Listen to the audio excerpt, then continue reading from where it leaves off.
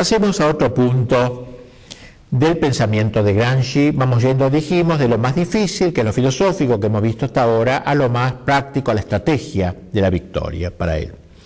Una de las originalidades de Gramsci es la ilustrativa distinción que establece entre lo que él llama la sociedad civil y la sociedad política. Como ustedes saben, en el pensamiento de Marx había que distinguir lo que él llamaba la infraestructura de la superestructura.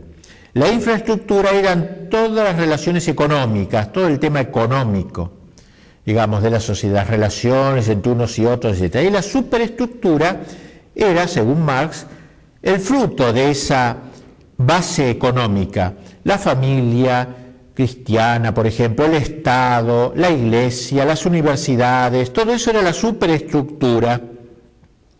Y así decía Marx sobre las diversas formas de propiedad, sobre las diversas condiciones sociales de existencia, se levanta toda una superestructura de sentimientos, ilusiones, formas de pensamiento y concepciones filosóficas. Entonces, la infraestructura crea una superestructura. Entonces, la revolución, según Marx, ¿cuál era?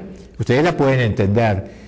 Cambiar la infraestructura, hacer saltar la infraestructura que es capitalista, y una vez caída la infraestructura, toda la superestructura se derrumba sola, porque toda esa superestructura depende de la infraestructura, ¿no? Y entonces la posición de Marx esta era su estrategia.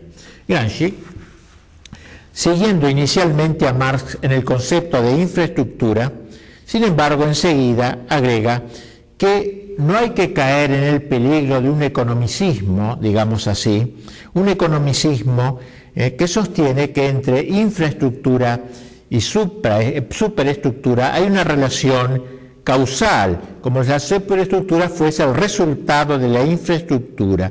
La experiencia le enseña a Gramsci que no toda mutación en las relaciones económicas determina necesariamente un cambio político e ideológico. Y así él, que era un atento observador de la historia, negó la relación causal entre base y superestructura, concediendo a esta una importancia original, digamos, y capital.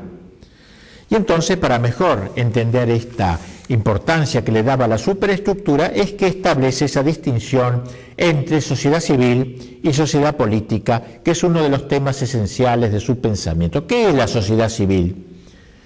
La sociedad civil, dice, es el conjunto de los organismos denominados privados que corresponden a la función de hegemonía que el grupo dominante ejerce sobre toda la sociedad. La sociedad civil sería, pues, el conjunto de organismos privados que detentan hegemonía, es una palabra muy de él, hegemonía doctrinal e intelectual sobre las clases inferiores. Organismos hegemónicos.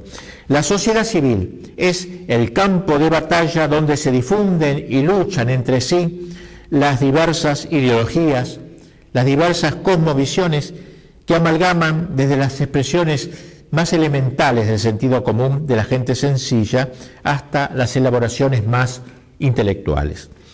Las organizaciones triunfantes en esta lucha ideológica en la sociedad, las que logran apoderarse de la dirección intelectual, es decir, lo que se piensa, y de la dirección moral, es decir, lo que se valora, de la sociedad, forman parte de la superestructura y atraen hacia el grupo dirigente la adhesión de las clases inferiores. Entonces, bueno, y estos organismos son la escuela, la iglesia, los medios de comunicación social, todo lo que enseña a pensar a la gente. Esto es para él la sociedad civil. La hegemonía doctrinal, ustedes guarden estas dos palabritas nomás, hegemonía doctrinal. Eso es lo que la sociedad civil, en una lucha, digamos, de distintas concepciones, la que gana tiene la hegemonía, es decir, el dominio doctrinal y de valores sobre la sociedad. Enseña a pensar a la sociedad. A través de la iglesia, a través de los colegios, de los medios de comunicación, va enseñando. Así que entonces, la sociedad civil sería el conjunto de las organizaciones que crean un modo de pensar en el pueblo, y esta sociedad civil pertenece a la superestructura.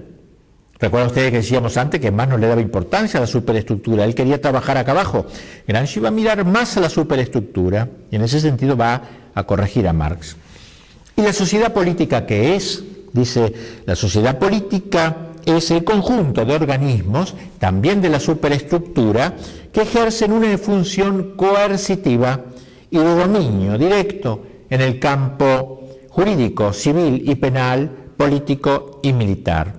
Es decir, la sociedad política es todo lo que en la sociedad es coactivo, por eso él dice que ejerce, dice, una función coactiva o coercitiva, todo lo que es los tribunales, la policía, el ejército, todo lo que tiene algo coactivo en la sociedad, entonces el dominio, o sea, la sociedad civil tiene la hegemonía, esa es la palabra doctrinal, y la sociedad política tiene el dominio, lo llama así él.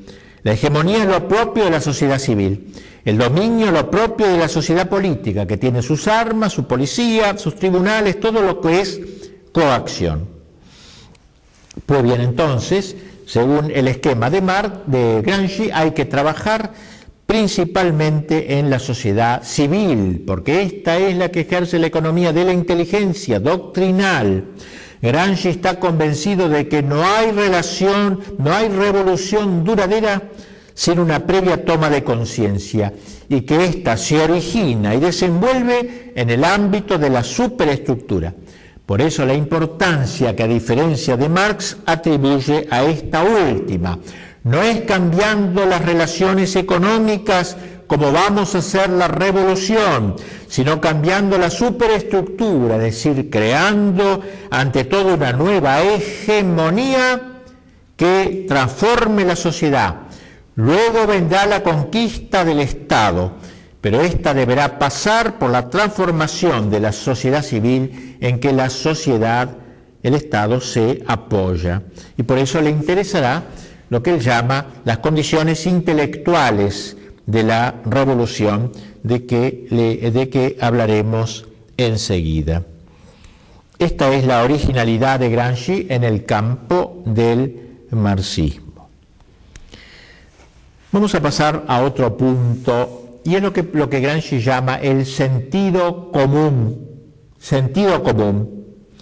Esta palabra, no por cierto con el significado que le damos nosotros habitualmente, entendemos por sentido común aquel que se deriva del conocimiento innato de los primeros principios metafísicamente íncitos en el hombre, sino él entiende por sentido común el modo común de sentir de la gente. O sea, cómo la gente piensa en general, la gente que camina por la calle, ¿cómo piensa?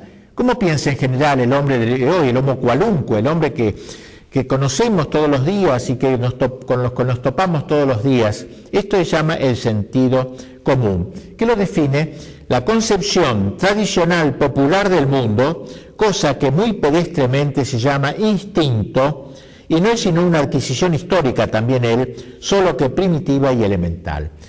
Se lo llama, dice, instinto, pedestremente, como si fuese algo que brotase del interior de la persona, como decimos nosotros, ¿no? Como algo instintivo, se tiene sentido común. No es eso. Sino que el sentido común es algo histórico, creado por alguien. No es que es algo con el cual uno nace, es algo que me lo enseñan. ¿Y cómo aparece el sentido común? ¿Por qué la gente piensa como piensa hoy? ¿Por qué la gente piensa así y no de otro modo en Occidente? Por ejemplo, en Italia, en España, en Argentina, ¿por qué? Sabemos que los contenidos del lenguaje, del sentido común, se expresan principalmente a través de la lengua. La lengua vehicula una manera de pensar. Vamos a ver entonces cómo, considerando el lenguaje, uno puede llegar a descubrir quién es el que hace el sentido común. A Gramsci le encanta ese tema. A ver, ¿quién es el que inventó este modo de pensar? ¿Por qué la gente en Occidente piensa como piensa? Cristianamente, etcétera. ¿Por qué? Gramsci analiza a este propósito algunos conceptos del idioma ruso, que conoció bien, como dijimos. En ruso, las palabras Dios y ricos son correlativas. En ruso, Dios se dice Bog, B larga o G, Bog, y rico se dice Bogati. Ven, dice Gramsci, El que creó el idioma ruso quiso que los rusos uniesen a Dios con los ricos, para mostrar el valor de la riqueza, que los ricos son sagrados, que no hay que tocarlos, que los pobres se la aguanten. Dios se dice vos, pues, y ricos bogati. Dios es el rico, la riqueza. Los ricos y Dios son cercanos, son parientes. Como en latín, dice Gramsci, Deus, Dios, y dives, divites, Dios, los ricos. Son palabras aparentemente de la misma raíz, semánticamente. El mundo occidental, entonces, e incluso el mundo eslavo, por influjo del cristianismo, a diferencia del mundo asiático, la India, por ejemplo, une la concepción de Dios con la concepción de la propiedad y de propietario, de modo que el concepto de propiedad, así como es el centro de gravedad de todo el sistema jurídico occidental y cristiano, así lo es también de toda su estructura civil y mental. Aún el concepto teológico de Dios está, dice Gramsci, forjado según ese modelo. Dios es presentado como el propietario del mundo.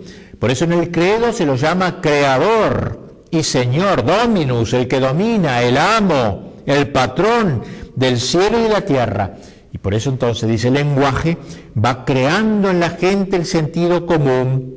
Pero el lenguaje es producto de los hombres, no nacemos con un lenguaje, de una consciente voluntad hegemónica que quiere crear un modo común de pensar en esa sociedad sobre la cual ejerce la hegemonía. Y así Gramsci intenta una definición, dice, el sentido común es la filosofía de los no filósofos, es decir, la concepción del mundo absorbida acríticamente por los diversos ambientes sociales y culturales en los que se desarrolla la individualidad moral del hombre medio. El sentido común sería, pues, la aceptación elemental de una concepción del mundo, de una Weltanschauung, como dicen los alemanes, elaborado por las mentes de la clase hegemónica, por la iglesia, por la universidad, por los colegios, por todo lo que tiene poder ideológico, protegido coercitivamente por el poder dominante. Y por eso no se puede decir que en el curso de todos los siglos haya habido un solo sentido común, sino varios, o mejor dicho, sentido común no es algo que brota espontáneamente del hombre, sino algo que evoluciona con la historia, algo que brota de una conciencia, de un poder, de una voluntad hegemónica, según la clase que ejerce la hegemonía, lo cual, dice Gramsci, permite detectar restos superpuestos de diversas concepciones del mundo, ideas que van quedando de las viejas cosmovisiones ya superadas y que se mezclan con las ulteriores. Bien, así que entonces, esto es muy importante, creo, entender lo que es para Gramsci el sentido común. Para él fue un tema apasionante, y a mí me parece que lo es de veras, el estudio en concreto de la organización cultural que mantiene en vigencia el mundo ideológico en determinado país y examinar su funcionamiento práctico, es decir, cómo llegó a crear y cómo logra mantener tal sentido común de dicha sociedad. Según él, la Iglesia y la enseñanza son las dos mayores organizaciones culturales de cada país.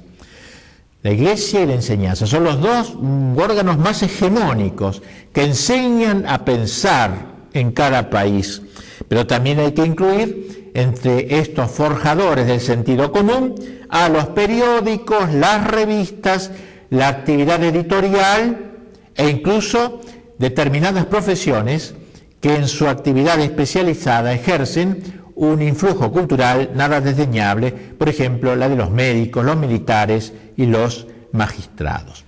Para Gramsci, la fuente principal del sentido común es la religión, y principalmente la religión prevalente.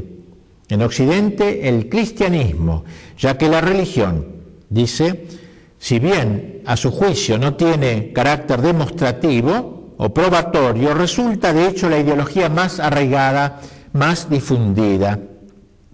Y así entonces la Iglesia es la que ha inyectado en la gente el modo de pensar. El elemento, pues, más importante para la creación del sentido común es la Iglesia, es lo religioso. Y acá señala Gramsci una observación inteligentísima, me parece de gran interés. La religión, o una determinada Iglesia, la católica, le interesa esa, no entiende de otra, dice Gramsci, conserva una comunidad de fieles en la medida en que mantiene la propia fe de un modo firme y permanente, repitiendo incansablemente la misma doctrina. Gramsci piensa que la eficacia mostrada por la Iglesia, en la que él no cree, porque él es agnóstico, pero él ve que la Iglesia ha triunfado en 2000 años. ¿Por qué? Se pregunta. ¿Por qué la Iglesia ha logrado crear el sentido común de la gente? Lo debe, en gran parte, dice, al hecho de haber repetido incansablemente la misma doctrina durante 2000 años. Claro, dice, una sociedad que repite durante 2000 años la misma doctrina tiene, digamos, se hace piel en el pueblo.